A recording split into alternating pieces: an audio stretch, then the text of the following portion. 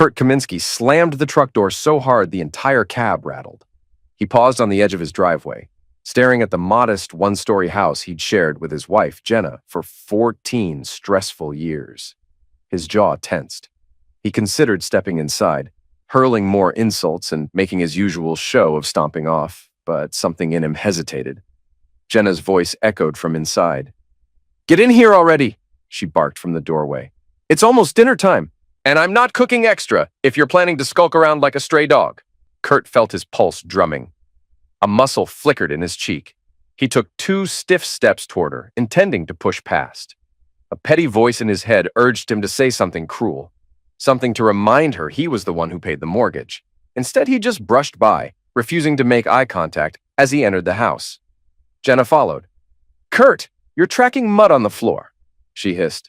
"We have the same argument every time. You know better." He glared at her. "Don't start. I've had a long day." "You always have a long day, then you dump your attitude on me," she shot back, crossing her arms. "You want me to greet you with a smile? Give me a reason." They glared at each other in stiff silence. Jenna's slender figure seemed brittle with annoyance. Her pinned-back hair, hastily bleached a week earlier, showed dark roots and her eyes brimmed with condescension. Kurt's shoulders bulged in his sweat-stained button-up shirt. He sneered. Jenna stared back, raising her chin like she was daring him to snap. Kurt turned away first. He trudged down the hall toward the cramped kitchen where his daughter, Carrie, was already seated at the table. 13, stuck in teenage limbo, Carrie wore a permanent mask of bored frustration. She peered up from her phone with hollow eyes, then rolled them dramatically. "Dad's home," she muttered. "Guess we can all pretend we're happy now." Kurt dropped his gaze to Carrie's phone. "Don't you have homework, kid?" She shrugged. "I've got it under control. I'll do it later." Jenna circled the table, yanking out a seat for herself. "I'm not dealing with you both rolling your eyes at each other all night. Sit down, Kurt." He hovered, but didn't sit. "I've got a headache. I'm not hungry." "Always an excuse," Jenna answered flatly. She gestured at the half-burned casserole on the table, which oozed some questionable mixture of pasta and sauce. "Fine, suit yourself. Carrie, start eating before it gets cold." Carrie picked at her portion. Kurt narrowed his eyes at them both, then stomped back into the living room, letting his daughter and wife stew in the silent tension he'd left behind. He didn't give them a chance to say more, as he grabbed his keys off the table by the couch. "You're leaving again?" Jenna called, voice laced with derision. "Why'd you bother coming home if you're just going to slink off somewhere?" Kurt clenched his teeth, not turning around. "I need to clear my head." He stepped through the front door and slammed it. In the yard, he paused, adjusting the collar of his shirt. He stared at his truck again. The interior stank of fast food wrappers and old coffee. He considered driving nowhere for an hour just to avoid Jenna. Instead, he lit a cigarette, pacing near the porch. The patchy lawn he'd refused to water all summer crackled underfoot. He heard footsteps behind him. Jenna had come out. She folded her arms, leaning against the doorframe. "You want a divorce, Kurt?" she asked coldly. "Because if you threaten to leave me again, you better go through with it this time." He flicked ash, inhaling deeply. "Why would I divorce you?" His tone dripped with sarcasm. "We're such a picture-perfect family." "Don't act like a victim. You always do. You enjoy stirring trouble," Jenna said, her top lip curling. "You blame me for everything." He stepped closer, letting smoke drift in her face. "You make it easy," he said. "I go work all day at the car lot, and I come home to your whining. That's not a marriage. That's a prison." She didn't even blink. "Prison? Look at this dump. I asked for a better house years ago, but you never let go of a single penny. We could have upgraded, but no. You wanted to hold on to your precious money. It's funny you're calling it a prison, though. You're the warden who forced us here." Kurt's face flushed. He never liked the house either. He'd bought it as a younger man, back when he was certain he could fix it up and sell for profit. Instead, it had turned into a decaying symbol of his failures. "You want a fancy place? Go earn the down payment. Don't expect me to pluck it from thin air." She raised her voice. "I do earn money. All those hours I've worked at the bookstore, that's not enough for you? God, you're pathetic. You have a used car lot that's barely afloat, and you treat it like you're some hotshot businessman." He almost lunged, fists tightening. "Stop acting like you know my business. I make enough to keep food on the table when I feel like it." She shoved his shoulder, spitting her words through clenched teeth. "You think that's a badge of honor? You do the bare minimum and you think I should applaud?" He swatted her hand away. "Don't touch me. The day you appreciate what I do is the day hell freezes over." "Fine," she shot back. I'll never appreciate a man who shows me nothing but scorn. They glared again in seething silence. Finally, Kurt tossed his half-finished cigarette on the ground and crushed it beneath his shoe. I'm done, he growled, stepping off the porch. For good. Good riddance, Jenna snapped, turning on her heel. Usually they'd have parted with more stinging words, but something about this felt final. Jenna slammed the door, leaving him outside. He cursed under his breath, pacing to his truck. Anger flared through him like a fever, and he wrestled with the idea of pounding on the door again, demanding to be let back in just so he could keep yelling. Instead, he hopped into the driver's seat, started the engine, and lurched off the property. 2 hours later, Kurt found himself parked in the back lot of a dingy bar. A bright neon sign flickered overhead. He stared at it as if it might offer him some cosmic solution. Inside, the stench of spilled beer and cheap liquor greeted him. He planted himself on a scratched bar stool. He hardly acknowledged the bartender as she approached. He only muttered, "Whiskey, neat." She served him without a word. A few minutes passed in silence. Some guys in a booth behind him snickered about their day, tossing around insulting jokes. He thought he caught a mention of Polish jokes, which made him tense automatically. He'd heard them his whole life. Not that he cared about the heritage enough to defend it, but it still grated on his nerves. As he listened, he decided they weren't talking about him. No one here knew him. Sighing, he took a swig of the whiskey. He wanted to nurse it, but his frustration demanded gulps. He ordered another, then pulled out his phone. He stared at the screen. Missed calls from Jenna, from his daughter, from an unknown number, probably a spammer. He scrolled to see if any text from Jenna said something conciliatory. The last text was from Carrie. "Mom's furious. She said you won't come home." Is that true? Kurt resisted the urge to smash the phone. The annoyance of being lectured by his kid was too much. If she ever recognized how toxic her mother was, she wouldn't question why he left. He put the phone aside and sipped more whiskey. Hours blurred. Eventually, he paid his tab and staggered out, tossing the bartender a grunt of thanks. The night air sobered him slightly. The next morning, he woke in a cheap motel on the outskirts of town, mouth tasting of stale liquor. A throbbing headache pounded behind his eyes. His phone buzzed with new notifications. Through the cracked screen, he saw a voice message from one of his employees at the used car lot. He dialed in. Anna's voice crackled. "Kurt, I just wanted to confirm how many cars we're planning to pick up at the next auction. Also, George came by to check the transmissions on the last shipment, but I had to tell him you weren't around. Is everything okay?" Kurt forced himself upright. His throat burned. He coughed, cleared it. "Hey, Anna," he rasped when he called her back. "I'll be in soon. Don't worry about George. I'll handle him." George was an old friend, but these days Kurt only saw him as an on-call mechanic. He paid George a decent sum to keep the cars running. At some point, though, their friendship had started to sour. Kurt suspected George had been mocking him behind his back, calling him lazy or incompetent. Kurt never confronted him outright, but it simmered. "All right, boss," Anna said gently. "You sound rough. You sure you're okay?" He exhaled. "I'm fine. Just had a fight at home. I'll come in and finalize the auction list. And then we'll figure out the rest." He hung up and rubbed his face. He realized he had no plan for dealing with Jenna. Maybe he'd never go back. A grim excitement lit up inside him at the idea. It felt good to decide. He left the motel and headed to the lot. At the lot's small office, Anna flashed him a worried look. She was a capable manager with a no-nonsense style, mid-30s, hair in a tight bun. "Kurt, what's happening at home?" He shrugged. "Probably the same thing that always happens. Jenna's pissed. Carrie's sulking." Anna frowned. "That's not good for the business. If you're off your game," Kurt scowled. "My personal life's got nothing to do with these cars. Let's focus." Anna glanced at the ground. "I respect that, boss. So, we have 10 cars coming in tomorrow from that auction. George said he can do a full inspection within a week." Kurt stepped to the desk, flipping through the invoices. "Good. Let him have them by Monday. I'll check in after." He heard the door open. George entered. A tall man with oil-stained hands, he wore a smug grin. "Kurt, heard you got into it with your old lady again," he said too casually. "Everything cool?" Kurt hated how George's grin widened. "I'm not paying you to snoop," he growled. "Focus on the transmissions." George shrugged, lifting both palms in mock surrender. "Easy, man. Just making conversation." Kurt bit back a nasty reply, feeling his jaw clench. "Is that all?" George dipped his head. Yeah, I'm done. He strolled off toward the garage area. Kurt watched him go, hatred fanning inside. He suspected George enjoyed hearing about his marriage problems. Anna cleared her throat. You sure you want to keep him on? He's starting to get a little pushy. Kurt rapped his knuckles on the counter. He's still the best mechanic in town. We can't just fire him because he's nosy. Anna nodded, but her eyes said she disapproved. That afternoon, Kurt drove back to the house, tension knotting his gut. He half expected to see all his clothes tossed on the lawn. Instead, the yard looked the same, dried grass and scattered weeds. He parked, lingered behind the wheel, then finally mustered the will to go inside. He found Jenna in the living room, watching some reality show. She didn't turn her head. So, you're back, he set his jaw.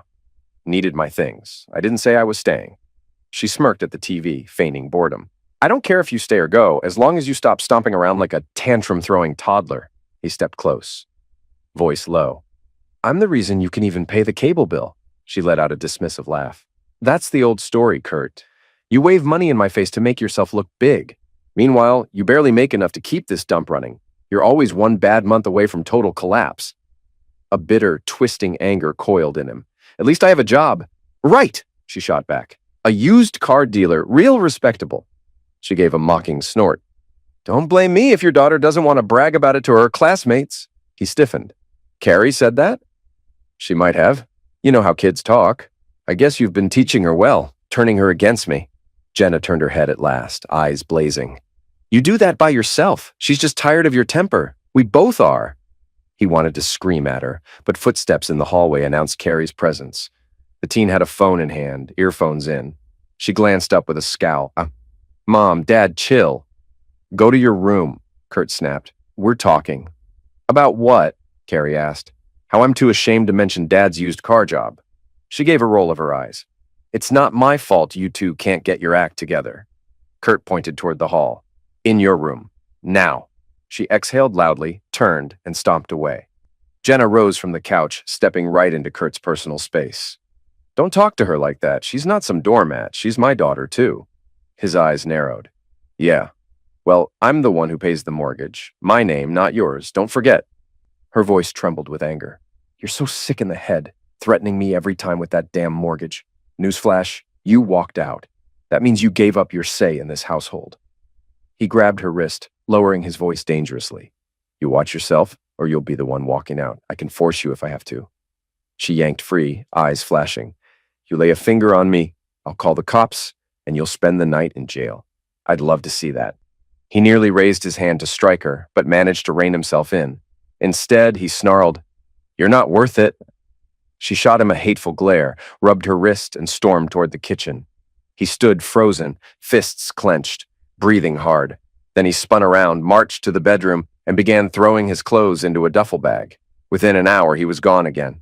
For weeks, Kurt flitted between the motel and the house, occasionally sleeping in his truck.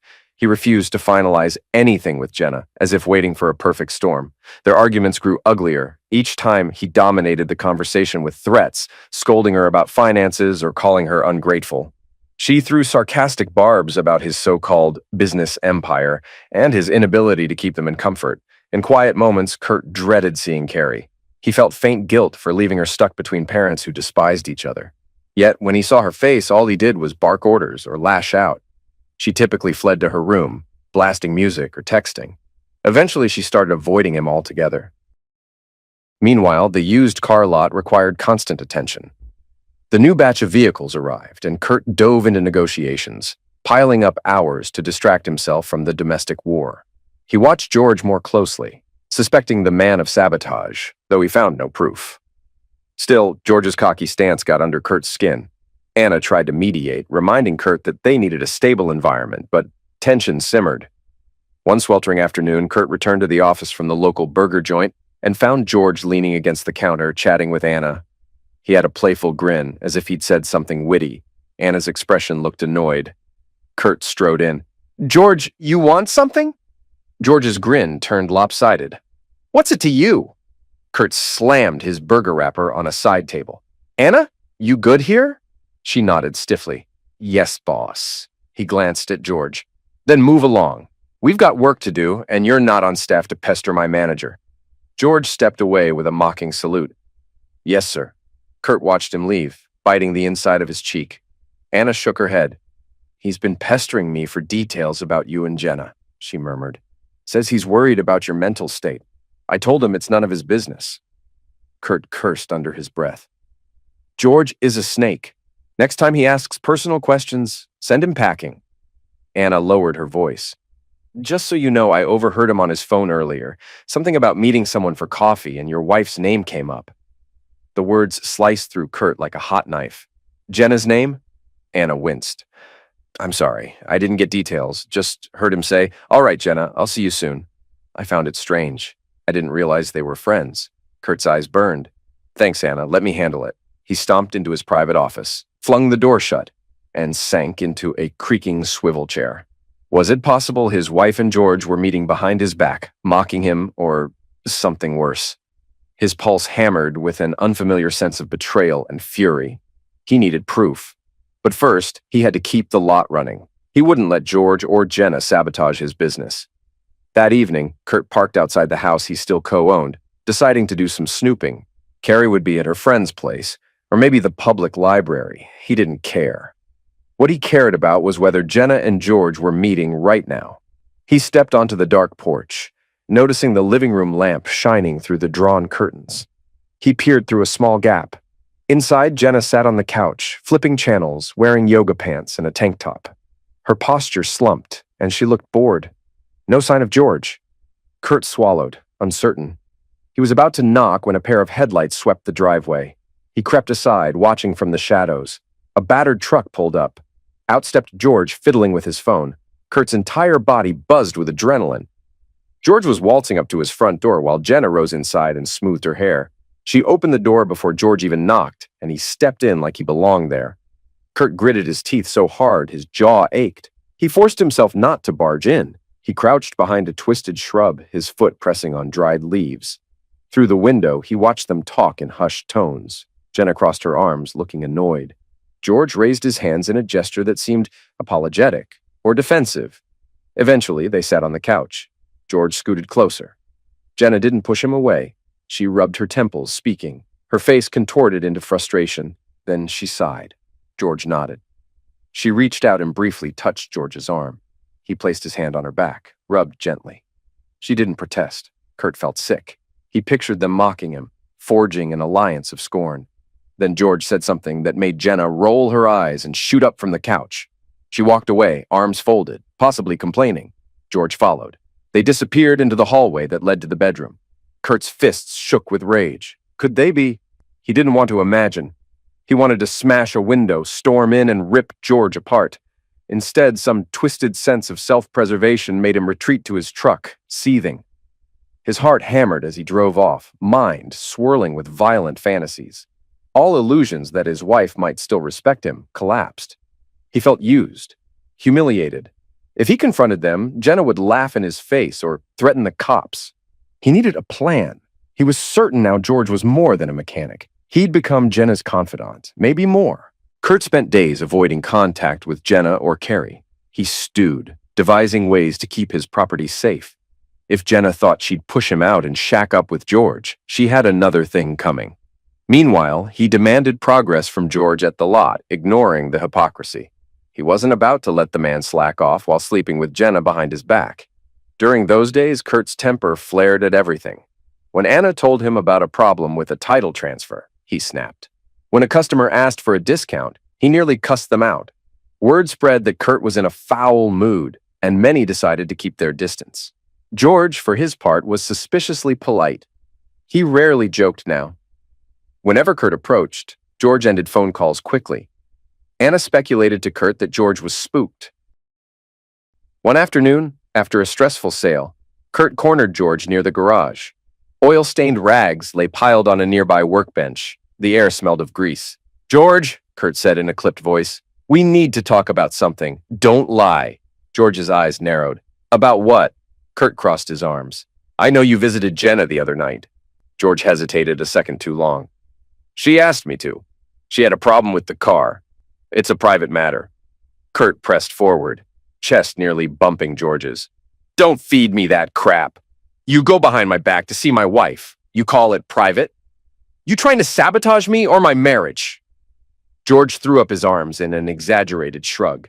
Your marriage? You left her. She can see whoever she wants. The statement stabbed at Kurt's pride. Is that what she told you? That I walked out so she's free to invite any lowlife over? George's face twisted. Hey, calm down. You're the one who can't keep your family together, can't keep your business stable. Kurt grabbed George by the shirt collar, voice shaking with rage. Don't you talk about my business or my family, you understand? George glared, refusing to look intimidated. Get off me! Kurt tightened his grip, eyes blazing. George's knuckles clenched. One of them might have swung first if Anna hadn't burst in, shouting, Stop it! She seized Kurt's arm, yanking it down. Kurt released George's collar, still trembling with anger. George stepped back, jaw tense. He exhaled a shaky breath and shoved Kurt aside, heading for the exit. Next time, keep your hands to yourself, George said, turning at the door. You're not my boss. I'm an independent contractor. Then quit, Kurt growled, chest heaving. George's lip curled. No, you need me. But if you want to end our arrangement, I'll survive. Don't expect me to give a damn about your problems. With that, George marched off. Anna, wide-eyed, looked at Kurt. Boss, you can't keep doing this. You'll scare away good workers. Kurt barked a bitter laugh. He's not a good worker. He's a traitor. If he wants to run to Jenna, let him. I'll find someone else. She shook her head. Your temper will be the end of you. Let me call a different mechanic. We can start fresh. He hesitated, thinking about how reliant the business was on George's expertise.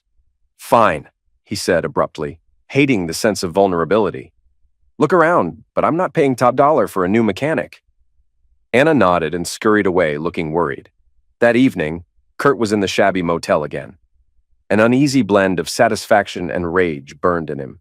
He'd confronted George, proved he wasn't to be trifled with.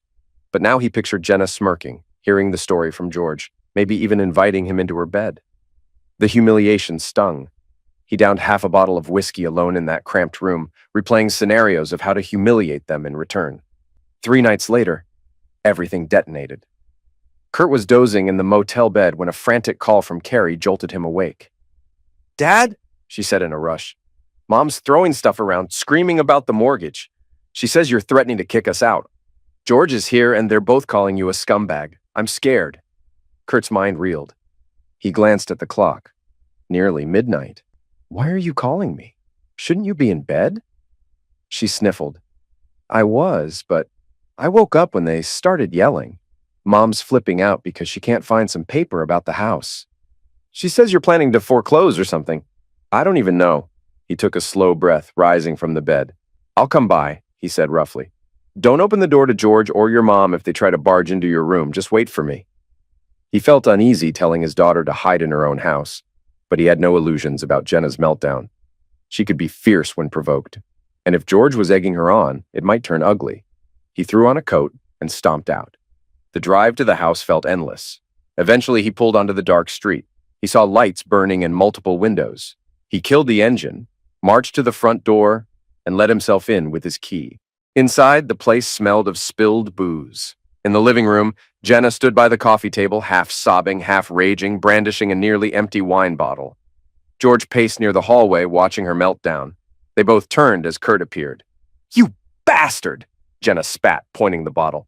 You come sneaking in here like you own the place? Kurt scowled. I do own it. Now put that bottle down before you hurt someone. George stepped forward, eyes blazing. Don't you bark orders at her. You left. You walked away from your family. Kurt sneered. Family? She's no family of mine if she's hooking up with you. Jenna's face twisted with fury. How dare you accuse me of that, you paranoid freak? Even if it were true, it's your fault for abandoning me. Kurt's voice rose. Then maybe I'll do more than just abandon you. Maybe I'll evict you. This is my property, remember? She lunged, flailing with the wine bottle. You disgusting pig! Try and throw us out. See what happens. Kurt grabbed her wrist before the bottle could strike his shoulder. He squeezed just enough that she dropped it. Wine sloshed across the carpet.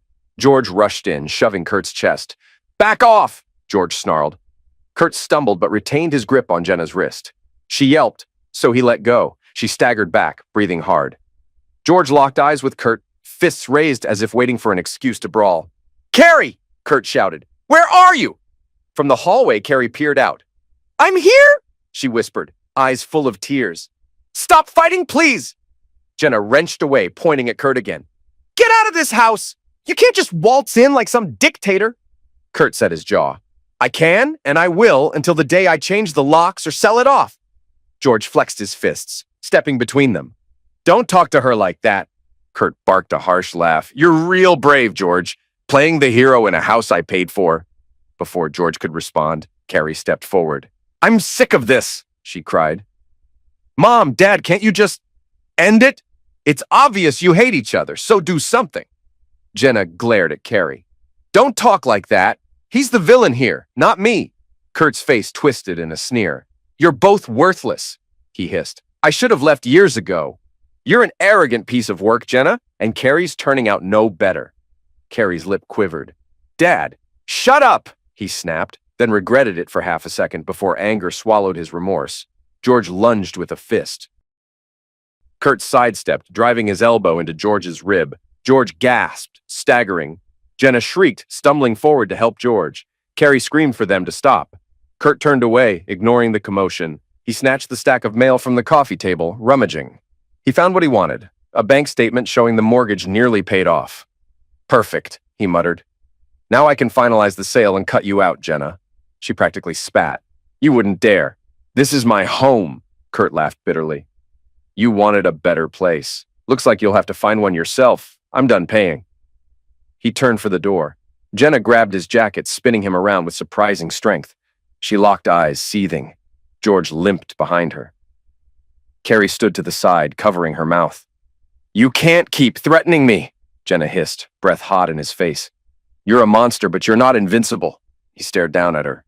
Watch me.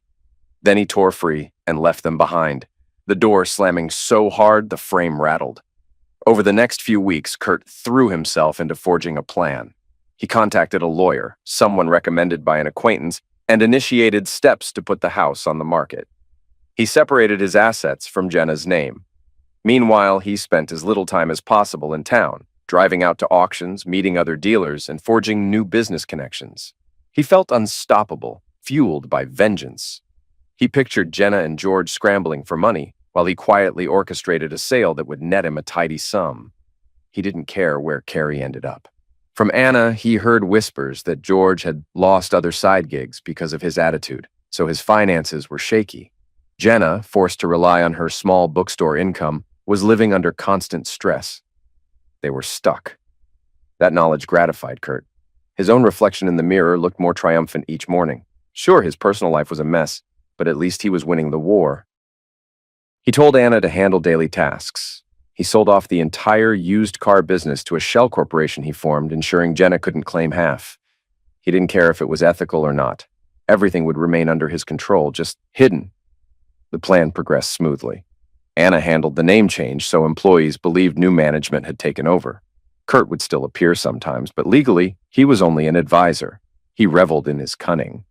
Jenna could never prove any wrongdoing, he figured. Then came the final blow. He told his lawyer to send Jenna formal notice of the house listing. She had a month to vacate. The day after she received it, she called him in a rage. He let it go to voicemail.